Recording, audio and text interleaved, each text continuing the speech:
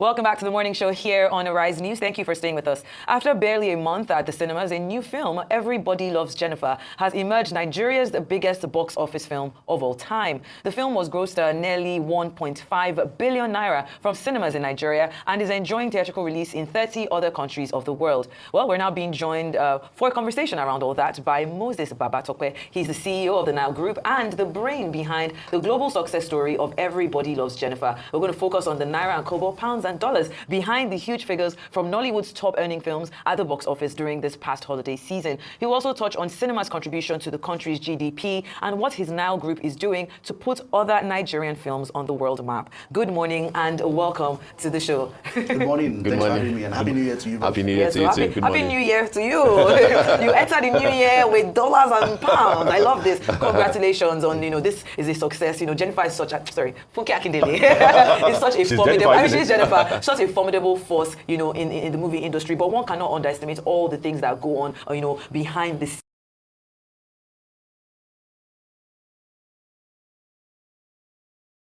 but international success as well.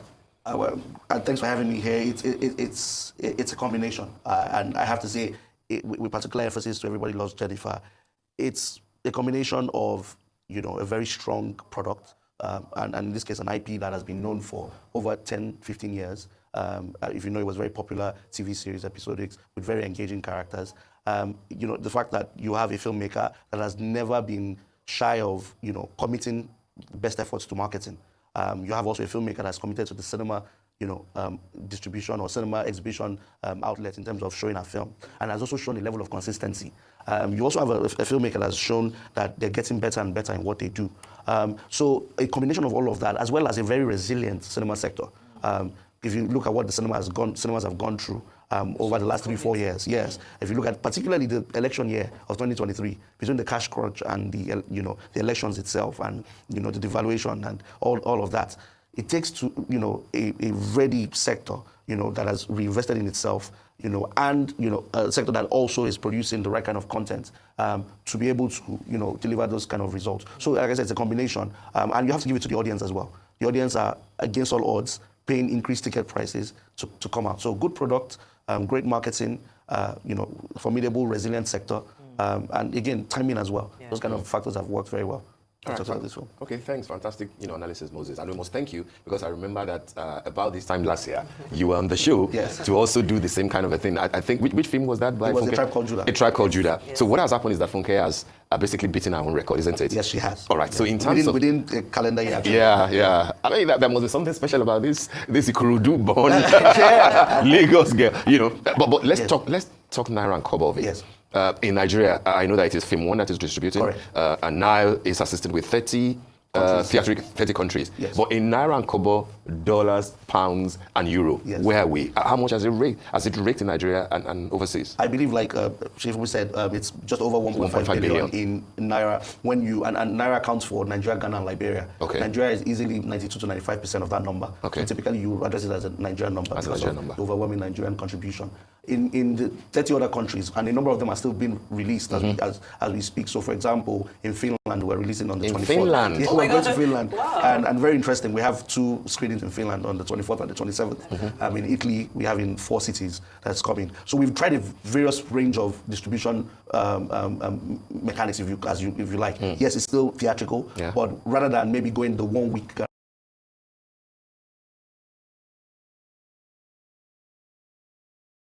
and once the film does well, they keep it longer, they give you more shows.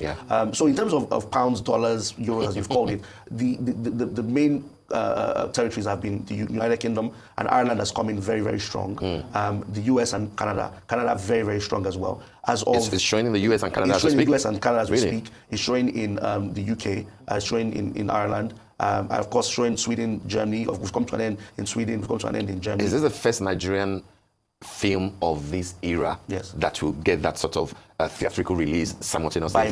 By a mile, really? Without a shadow of a doubt. It's the first Nigerian film. I don't want to also say arguably indigenous African film, but definitely first Nigerian film, first Nollywood film that will get that kind of release. In the US, Canada, UK, Ireland, we have a guaranteed release, so that's a 1 week full booking, and we've now been in those cinemas for 4 weeks. Of course, selected cinemas. So we like to put it very, very, for all the cynical people and people that have question marks, it's not your 1,000 screens in the US, for example. It's selected locations in where... but every dollar counts. Exactly, that counts. You have to start from somewhere as And that's a very important question about dollars. So we're about $300,000 in those territories combined, yes. And counting. Gross. Yes, gross numbers. Okay. That's right. I'll bring out my calculator to see how much it costs.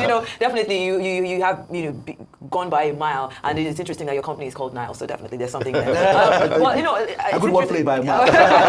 So let's touch on, because you mentioned certain places that originally you wouldn't think that Nigerian films would do there, like Sweden, like Germany. So are we seeing Finland, for example? So are you seeing more Nigerians showing up to watch this movie, or is it a mix of Nigerians in the diaspora, Africans, and then I guess other natives who are interested in seeing or watching the Nigerian story? I wonder if you have stats on that. It's just like you had the answer to the question. It's just that mix. So we're seeing primarily the Nigerian diaspora in those markets, Africans or sub-Saharan African diaspora, and natives of those countries that have interest in what we call world cinema. Exactly. And who might be curious about this film that everybody's talking about. In Sweden, for example, we had curiosity by the national broadcaster who reached out to just find out. For them, they were fascinated. And Sweden is quite open to a lot of international product. So what has happened now is... They have two big film festivals there. Yes, great, on the success of Everybody Loves Jenifa there. And we're talking about, afternoon shows, not main evening shows. Wow. They want to see what else we have on offer for the rest of the year. And that's the reason why we ventured out to some of these markets. Okay. We want to be able to open up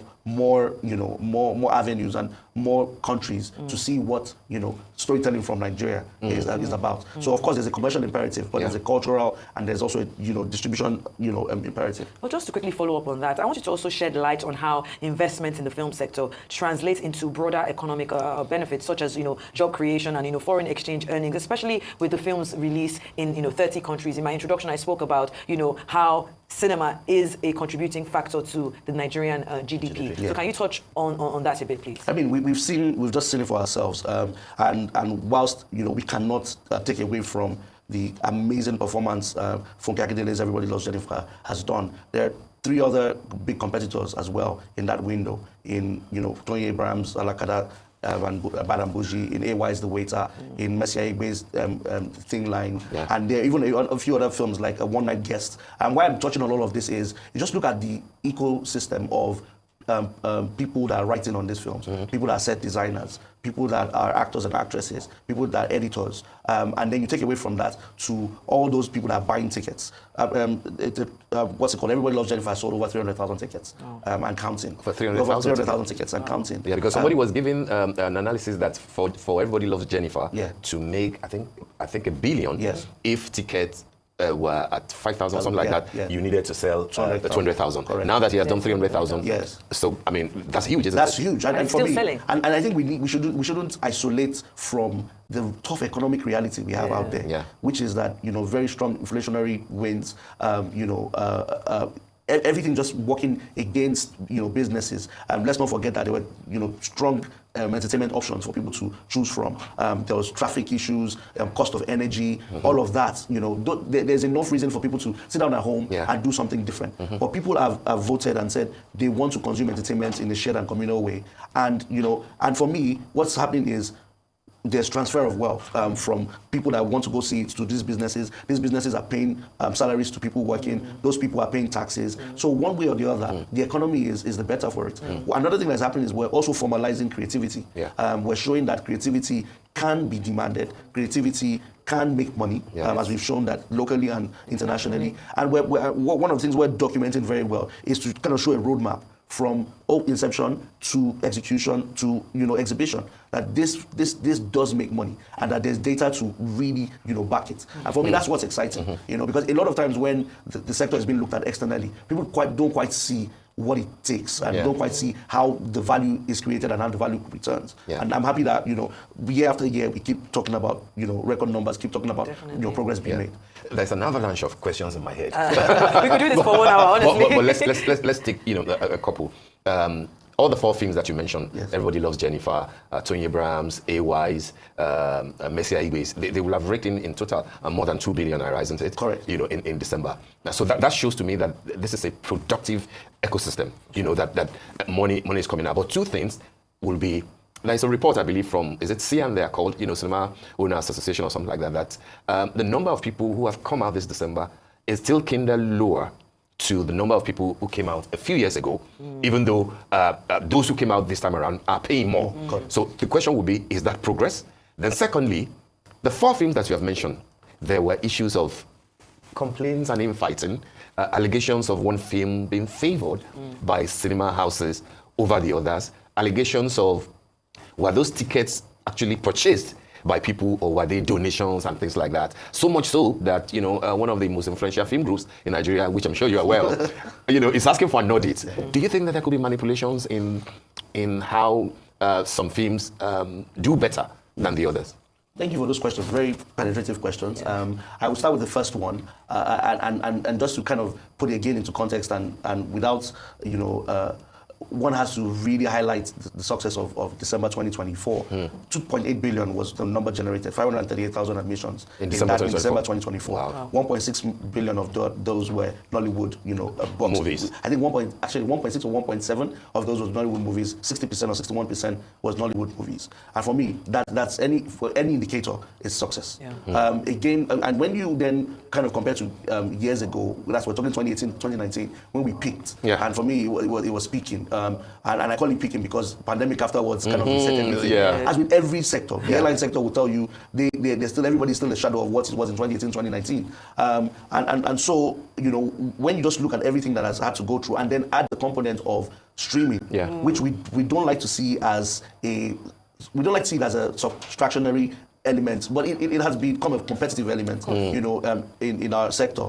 You just have to say we've made progress, and that people could hold back their nairas and kobo, but they've decided to come. So I'd like to think that we've made progress, and what we've seen in December, I like to think that hopefully we can continue to keep that momentum. I like to think that we've learned some lessons, that even as we have other options to consume film entertainment, we're going to keep cinema going and keep cinema thriving. The second point or question you ask around, can numbers be manipulated? Is there favoritism in the box office? I think for me, it's easy to be sensationalist about a lot of these things that happen. And the art form of filmmaking, particularly when you get it out there to audiences, can become very emotional.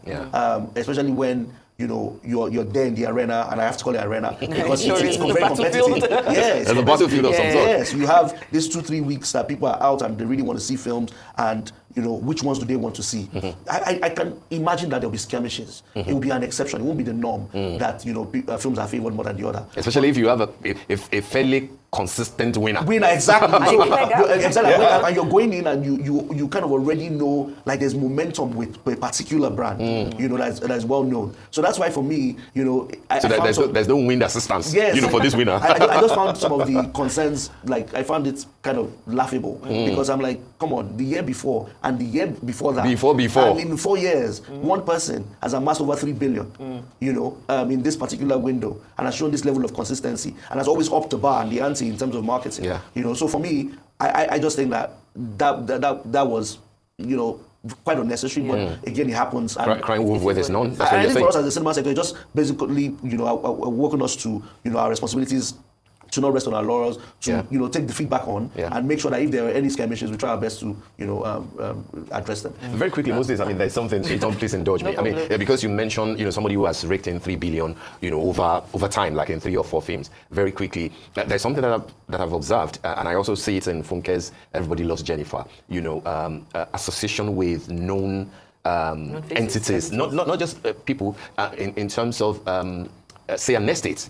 Everybody knows that Funke and then the Jenifa brand has something to do closely with the Amen estate. You probably can't have Jenifa without Amen estate. And lately, I see that there is a Jenifa Gardens by Amen estate. And so I also see that even in the Everybody Loves Jenifa, there is an association, a collaboration with a Ghanaian, similar thing. How does this work for the industry? Is this good?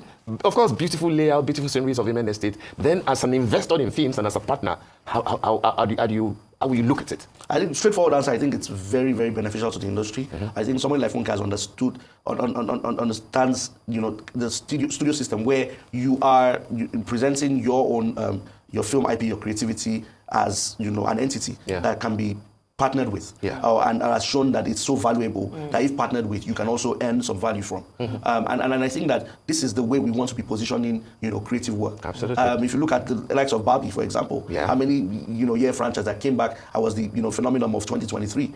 So Jenifa is as iconic, in our own market. And you have other, big franchises as well. AY created one with Akpos, and we also forget that he did a lot of that across countries, going from South Africa to Atlanta, to all of these places. So I think that it's really, really good for the institutionalization of our industry, to show that we have strong IP that people can leverage against or partner with. And if you play your game right, like Africa has smartly done, you can use that to subsidize costs. Well, I feel like she needs to be studied. She needs to take marketing classes and all. But thank you so much. I hope we don't wait till January 2026 to have you back in the studio with us talking about your next blockbuster. Well, we've enjoyed and this. Congrats on the Nile Group, by the way. You left, what's it called? Filmhouse Group. Filmhouse Group. I mean, that was a bit unexpected. Taking cinema by the mile. All right, then it's time for a short break on the morning show. When we return,